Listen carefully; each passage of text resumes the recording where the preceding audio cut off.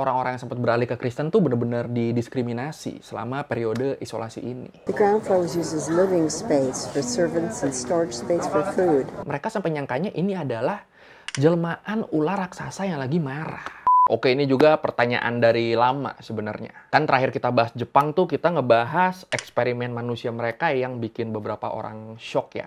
Gue baca di komen-komennya kemarin. Jadi sekarang ayo kita bahas Jepang lagi, tapi kita bahas sejarah politik isolasinya. Nanti kita lihat dampak positifnya apa buat mereka, dampak negatifnya apa. Ya udah kalau gitu langsung kita bahas kenapa Jepang melockdownkan diri selama 214 tahun. Kalau sempat nanti gue bahas juga yang di Cina, di Learning by Googling. Nah, jadi jauh sebelum Jepang dikenal sebagai salah satu negara yang paling berpengaruh di dunia kayak sekarang, dulu itu dari tahun 1639 sampai tahun 1853, mereka sempat melakukan yang namanya politik sakoku. Apaan tuh? Politik sakoku itu politik isolasi diri. Kebijakan politik yang menutup diri dari segala macam campur tangan pihak asing di berbagai bidang. Atau sekarang biasa kita nyebutnya melockdownkan diri. Jadi pada masa isolasi itu, orang luar negeri nggak boleh masuk Jepang, dan orang Jepang juga nggak boleh keluar negeri, nggak boleh meninggalkan Jepang. Kalau sampai ketahuan ada yang nekat, ancaman hukumannya ya hukuman mati. Ini siapa yang bikin aturannya? Yang bikin aturannya ya klan yang lagi berkuasa saat itu, klan Tokugawa.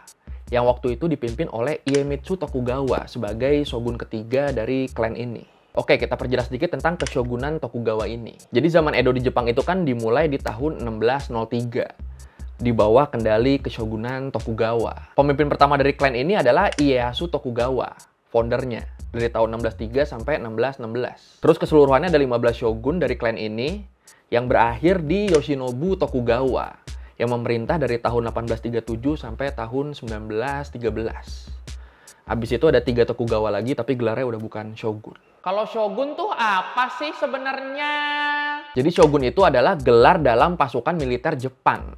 Panglima tertinggi. Kalau di luar mungkin selevel jenderal. Aslinya namanya itu adalah Sei Tai Shogun. Panglima tertinggi ekspedisi dalam menghadapi orang biadab.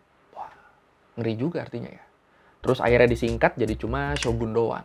Bedanya shogun sama kaisar apa? Kalau kaisar itu pemimpin tertinggi yang dianggap sebagai keturunan dewa matahari. Keturunan Amaterasu. Jadi kaisar ini kalau di negara posisinya paling tinggi. Dan kaisar ini yang berhak mengangkat dan memberhentikan shogun. Nah, walaupun secara urutan, secara hierarki, kaisar ini ada di atas shogun.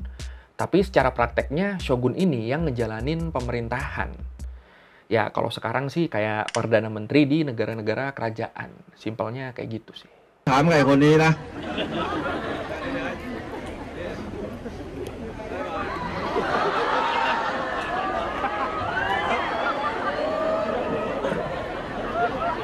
Oke, balik ke sakoku, ke politik isolasinya. Di beberapa tahun sebelumnya, emang pedagang-pedagang dari Eropa ini, kayak orang-orang Portugis, itu mereka mulai berdatangan ke Jepang. Dan selain berdagang, mereka juga punya misi lain, yaitu menyebarkan ajaran agama Kristen. Yang akhirnya di Jepang sendiri berujung pada pemberontakan Shimabara. Pemberontakan apa tuh? Ini sebenarnya adalah pemberontakan yang diakibatkan karena pemerintah setempat menaikkan pajak secara besar-besaran. Tapi kebencian warga ke pemerintah ini sebenarnya udah kelihatan sejak adanya penindasan oleh pemerintah ke orang-orang Kristen setempat. Akhirnya terjadilah pemberontakan di tahun 1637. Dan pemberontakan Shimabara ini merupakan pemberontakan terbesar pertama yang terjadi di keshogunan Tokugawa. Nah, sejak adanya pemberontakan ini, akhirnya penguasa-penguasa di Jepang dari mulai shogun sampai daimyo-daimyonya banyak yang nganggep kalau kedatangan bangsa asing di Jepang ini cuma bakal menimbulkan kisruh di Jepang. Ya, iya sih kalau kita ngelihat di negara lain kan mereka datang terus endingnya ngejajah ya nggak salah sih. Ya udah dari situ mulai muncul wacana buat mengisolasi diri.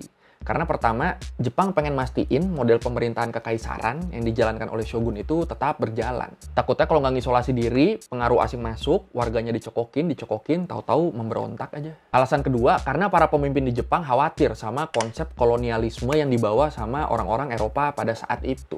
Kayak yang tadi gue bilang yang terjadi sama negara-negara lain. Orang Eropa datang, mereka berdagang, tiba-tiba jadi pemilik di daerah situ. Terus alasan terakhir, karena mereka takut pengaruh asing ini bisa membuat budaya asli Jepang pudar. Ya, mungkin contohnya kayak yang terjadi di Filipina ya. Itu kan budayawan-budayawan sana kan sampai khawatir banget kan. Buat lebih jelasnya bisa ditonton di video gue yang ini. Ya udah, setelah bertahun-tahun sejak wacana isolasi muncul dan beberapa kebijakan yang mulai mengarah ke sana, akhirnya politik isolasi nasional ini terwujud di kepemimpinan shogun ketiga dari klan Tokugawa, Iemitsu Tokugawa tadi. Ya ini langkah berani sih ya. Salut. Terus efek isolasinya apa ke Jepang? Yang paling berasa tuh kalau menurut beberapa sejarawan, masa isolasi yang sampai 2 abad lebih ini bikin Jepang jadi sempat terlupakan di sejarah peradaban dunia. Wah, ngeri juga ya. Terus ada beberapa catatan yang nyebut, saking terisolasinya mereka pada saat itu, orang-orang Jepang yang ngelihat kapal USS Powhatan lagi berlayar di perairan mereka ini, mereka sampai nyangkanya ini adalah jelmaan ular raksasa yang lagi marah. Yang napasnya keluar dalam bentuk kepulan asap. Ya mau gimana, gara-gara mengisolasi diri kan mereka jadi nggak tahu kalau sebenarnya di dunia luar kapal uap itu udah diciptakan. Jadi agak kasihan sih ya. She was named for Powhatan, a Native American chief of Eastern Virginia. Udah gitu Jepang juga makin gampang buat nutup diri karena secara geografis kan mereka nggak nyambung sama negara lain kan. Bener-bener satu pulau besar sama beberapa pulau kecil yang ada di tengah laut. Nah terus selain menutup diri dari pengaruh luar, buat menghindari pemberontakan di dalam, mereka pun sampai membuat beberapa peraturan buat rakyatnya. Peraturan gimana tuh? Peraturan kayak kalau kita mau melakukan perjalanan antar kota, kita wajib ngasih lihat kartu izin perjalanan ke otoritas setempat. Kan gila ya, antar kota aja harus ada izinnya. Terus jam malam juga diberlakukan. Nggak boleh keliaran tengah malam tanpa tujuan yang jelas. Dan pastinya ada polisi rahasia buat memantau pergerakan-pergerakan yang mencurigakan. Shinsengumi. Ini kalau di anime-anime banyak kan ya Shinsengumi ya. Tapi yang kasihan ternyata orang-orang yang sempat beralih ke Kristen tuh bener-bener didiskriminasi selama periode isolasi ini. Kalau dampak positifnya ada nggak? Ya dampak positifnya juga ada. Pertama, yang paling pasti mereka jadi nggak terpengaruh sama kebudayaan luar. Makanya budaya-budaya Jepang tuh kan kejaga banget kan sampai sekarang. Nasionalisme orang Jepang juga jadi tinggi banget karena isolasi ini. Dan yang pasti mereka jadi terhindar dari campur tangan pihak asing di politik mereka. Ya, benar sih. Intinya tujuan dari diberlakukannya politik isolasi ini semua tercapai. Walaupun ada beberapa efek negatifnya tadi kan. Kayak saking tertutupnya mereka sampai sempet jadi negara terbelakang. Mereka jadi norak kan tadi, ngelihat kapal laut disangkanya ular gede lagi ngamuk. Ya tapi bukan masalah sih buat gue sih. Kalau menurut lu gimana? Lebih banyak positifnya atau negatifnya dari politik isolasi ini? Silakan komen. Jadi waktu itu nggak ada perdagangan sama sekali dong. Sebenarnya ada. Mereka cuma melakukan perdagangan dengan beberapa kelompok dan diawasi secara ketat. Sama siapa aja tuh? Sama dinasti Joseon di Korea, sama VOC. Makanya kan Belanda dibilang sebagai negara Eropa satu-satunya yang dibolehin mampir di pelabuhan Jepang. Itu pun cuma boleh di pelabuhan di Nagasaki. Terus sama pedagang Cina, sama kerajaan Ryukyu. Kerajaan Ryukyu ini kayak kerajaan independen gitu di Jepang. Udah, cuma sama mereka aja. Dan pembagiannya juga jelas. Ekspor pasti ke kerajaan Ryukyu sama ke Korea. Impor pasti dari Cina sama VOC, dari Belanda. Dan pelabuhan buat melakukan perdagangan ini juga spesifik. Nggak bisa di semua pelabuhan. Ini ketat banget ya berarti ya. The ground floor was used as living space for servants and storage space for food. And the watchtower installed on the roof is featured in numerous illustrations. Nah, karena Belanda masih dikasih izin dagang secara ketat tadi, jadi pengetahuan-pengetahuan Belanda tentang sains ini masih bisa masuk dan diterima secara objektif di sana. Jadi masuk tapi nggak sampai mencemari kebudayaan asli Jepang. Soalnya kan pas ilmu-ilmu dari Belanda mulai masuk, di saat bersamaan tradisi-tradisi asli Jepang ini udah bener-bener dijunjung tinggi di sana. Akhirnya orang-orang sana udah bisa milah-milah. Ambil yang positifnya, tinggalin yang negatifnya. Dan nantinya emang ilmu-ilmu sains dari Belanda ini yang jadi metode dasar pembelajaran sains di Jepang.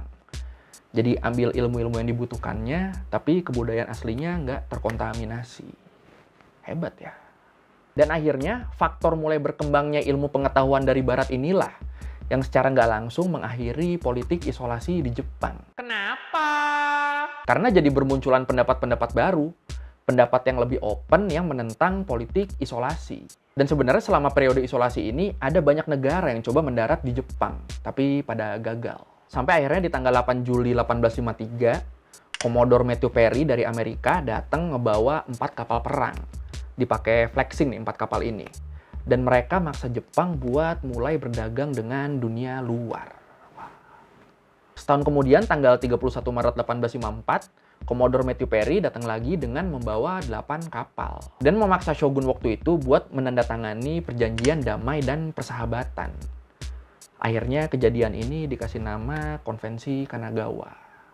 Ini perjanjian damai dan persahabatan tapi maksa. Hey, you gonna open up the country or what? Akhirnya dalam 5 tahun setelah Konvensi Kanagawa itu, Jepang udah menandatangani 5 perjanjian serupa dengan negara-negara lain. Amerika, Inggris, Belanda, Prancis, Rusia. Perjanjian-perjanjian ini kemudian dikenal dengan nama The Ansei Treaties. Dan ya udah akhirnya berakhir masa isolasi Jepang selama 2 abad lebih. Tapi tetap ideologi-ideologi yang ditanam ke orang Jepang selama 2 abad ini kan nggak bisa hilang gitu aja kan. Jadi walaupun akhirnya mereka udah jadi terbuka dan banyak orang Jepang yang dikirim ke luar negeri buat belajar, tetap orang-orang ini rasa nasionalismenya nggak pudar. Gimana kalau menurut lo, apa akhirnya mereka jadi terbuka lagi tuh bagus karena mereka udah siap? Atau mungkin menurut lo mereka akan lebih bagus kalau terus-terusan mengisolasi diri sampai sekarang? Silahkan komen. Jeez, Japanese folks are so stubborn. I'm seriously tired of waiting. Oke, sekian dari Mbak Googling kali ini tentang kenapa Jepang melockdown diri selama 241 tahun. Ini yang Cina nggak sempat dibahas jadinya. Gimana? Perlu dibahas juga yang di Cina? Boleh komen. Kalau lo mau revisi kali gue ada salah, atau lo mau nanya, atau lo mau nambahin yang nggak ada di video, bisa lo tulis di komen juga. Kita diskusi di situ kayak biasa. Sekali lagi, thank you yang nonton. Jangan lupa like, comment, subscribe. Bye. Terakhir maca si tote semua usahamu